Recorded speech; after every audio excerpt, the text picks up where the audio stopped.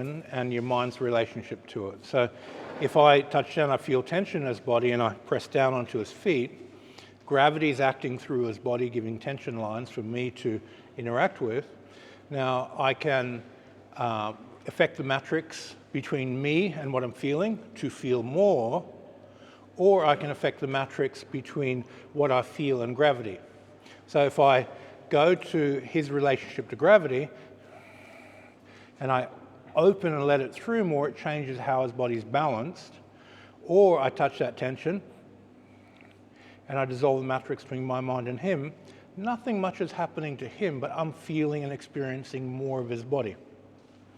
So if you're, thanks Pete, if you're a therapist and you're touching the patient, you may want to first get your mind to release the resistance between your mind and what you're listening to, dissolve that, and they go, oh yeah, I feel more.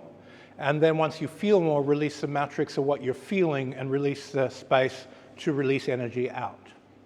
And that's how you amplify not only your intuitive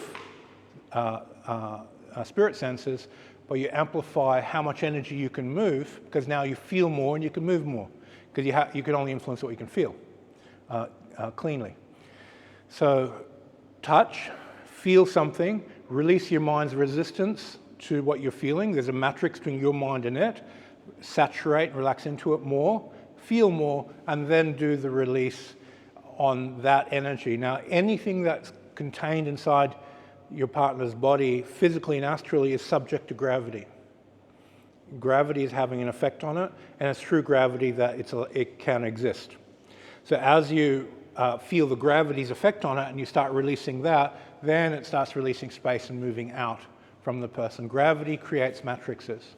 Even when your mind touches something, it's gravity between your mind and the thing that generates a matrix in relationship to it.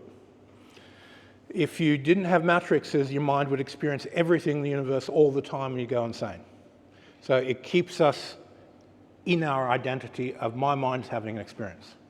So when you tune into something, you dissolve the matrix, you lose your sense of self and you experience whatever you're tuning into. But only do it momentarily, because it's not good for your sanity to be too open. To ground yourself, you need those matrices to ground back in. So tune in, release, have an experience, tune out, come back, get grounded again, and come in and out. And the more you can control both ends of that spectrum, the better each end will become. You become more grounded and you become more sensitive, because you're training both sides. People who are just training too much sensitivity end up being space cadets. They're floating around and their truth filters switch off, they read a book, they go, they must be true. And they're not filtering truth anymore.